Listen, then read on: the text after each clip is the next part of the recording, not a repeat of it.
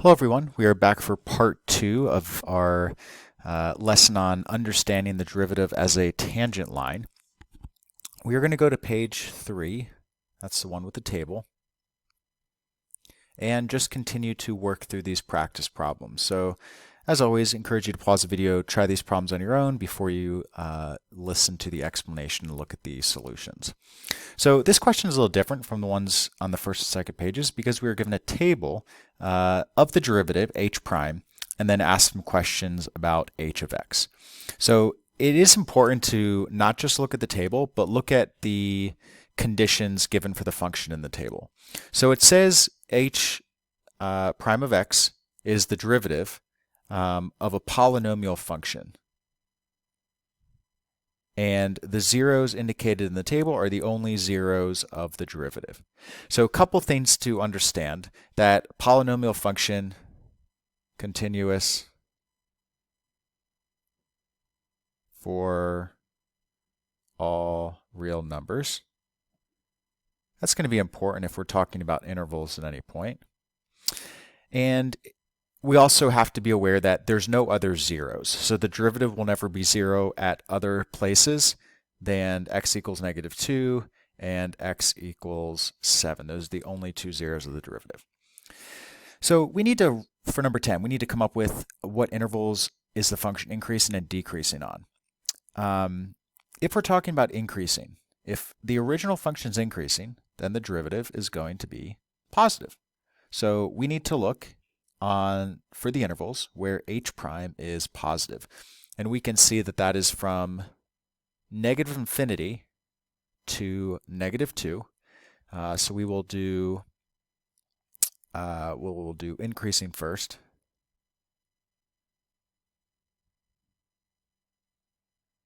It's increasing on -infinity to -2, and it's not increasing on any other intervals. So because h prime of x is greater than 0 on this interval.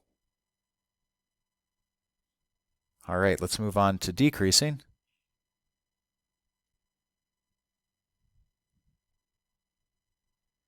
So it's decreasing from -2 to 7, and then from 7 to infinity. Again, we don't see larger x values than 12 and smaller x values than -8. But since we're told that it's a polynomial function, we have to infer that the domain includes all the real numbers. So even though not all the numbers are shown, that would be impossible, obviously, for a table, it doesn't mean our interval just stops at 12. So it's decreasing on the intervals 0 to 7, union 7 to infinity, because h prime of x is less than 0 on these intervals.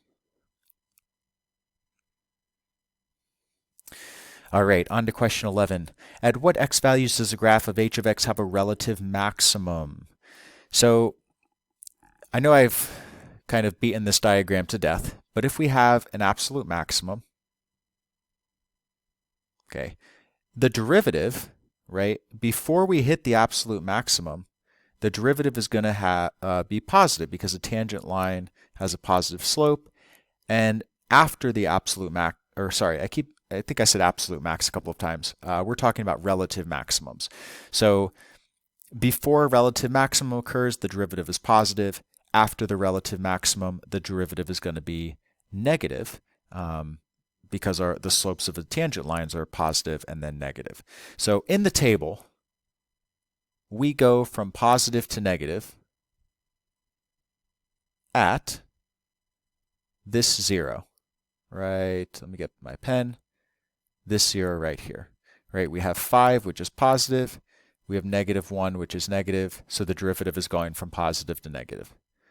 So at x equals -2, because h prime of x goes from positive to negative at this value.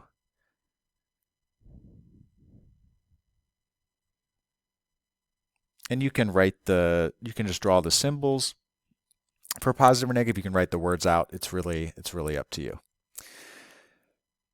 Number 12 is just the other question. It says, at what x value does h of x have a relative minimum?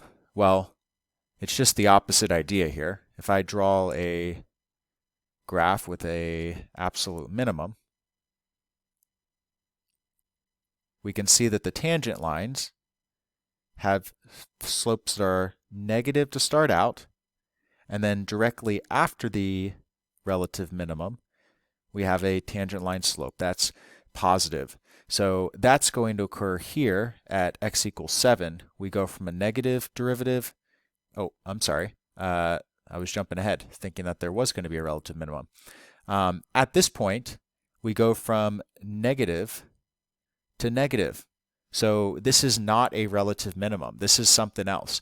I'll draw you a picture of what that looks like in a second, but there are no relative minimums of this function because the derivative never goes from negative to positive. So no relative minimums because h prime of x never goes from negative to positive. So you may be wondering, well, what is going on at that x value of 7 if it's not a relative minimum or a maximum? Well, if the derivative is negative on both sides of the horizontal tangent, that means the function's decreasing. It then has a horizontal tangent, then it's decreasing again. So what we have is something like this. We have a function that's decreasing, then it levels out, and then it decreases again. So we have a negative derivative here. We have a horizontal tangent, so a derivative of 0 here, and then we have a negative derivative again. So again, just because we have a horizontal tangent or a derivative of 0, it does not mean we're going to have a relative maximum or minimum. It really depends on what's going on either side of that 0, or on either side of the horizontal tangent. Okay, let's do number 13. I am going to erase our work for what's up above, just so that you have less clutter going on here. And we are asked to find the equation of a tangent line to the graph of h of x at x equals 3. And we're given the value of the original function at x equals 3. We're told that h of 3 is equal to 2. So right away, we're going to start with our equation of a line in point slope form.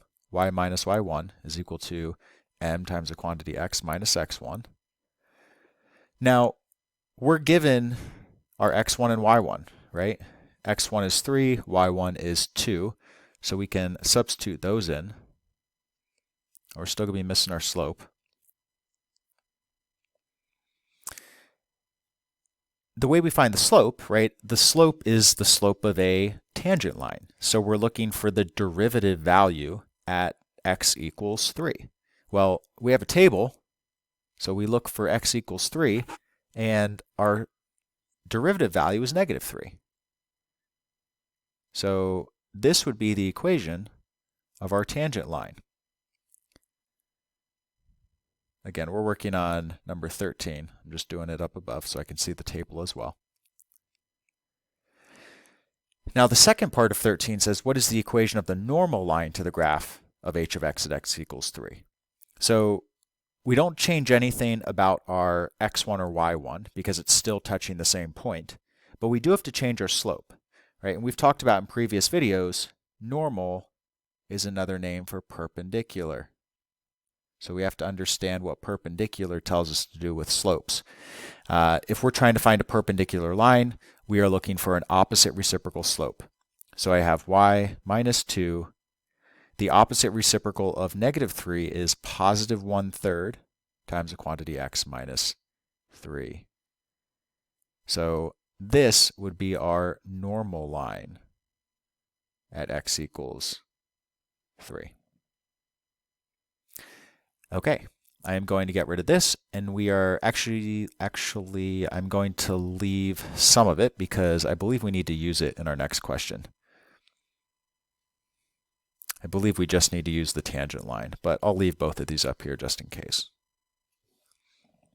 Let's see what the next question says. So it says find the tangent line approximation of h of 3.1. So that's pretty straightforward. We're just going to use our tangent line, the one that's in pink, and we're going to substitute in 3.1 for x. So tangent line approximation at x equals 3.1. That's going to give us y minus 2 equals negative 3 times the quantity 3.1 minus 3. I'm going to simplify a bunch of steps in one.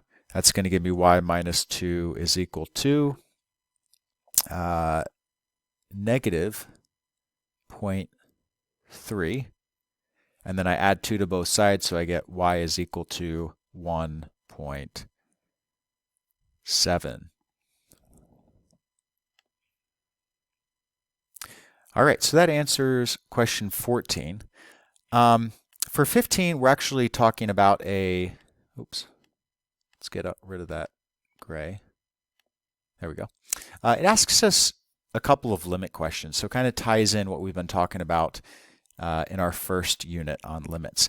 It says, what's the limit at negative infinity of h of x?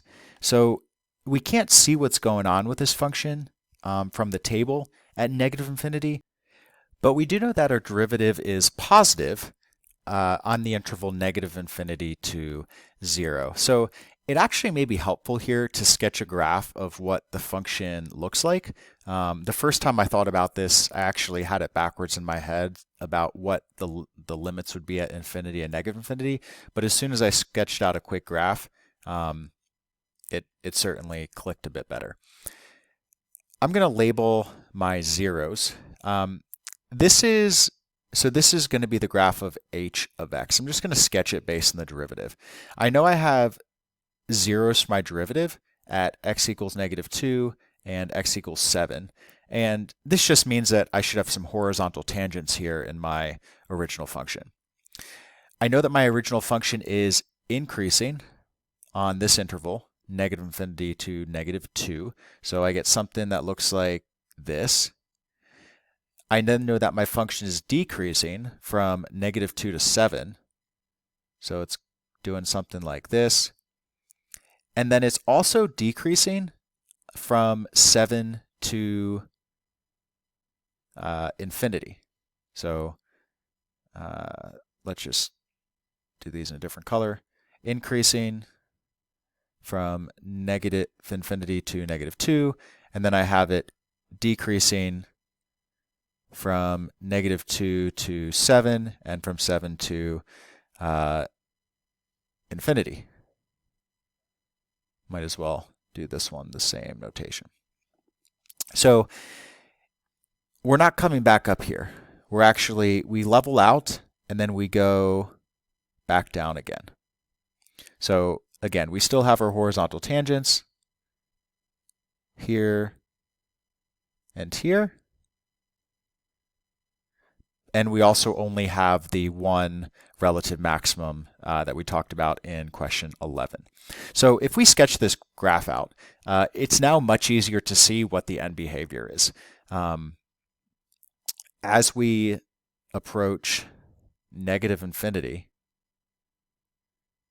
that limit of h of x is going to be equal to negative infinity. And as I approach positive infinity, that limit of h of x is also going to be negative infinity.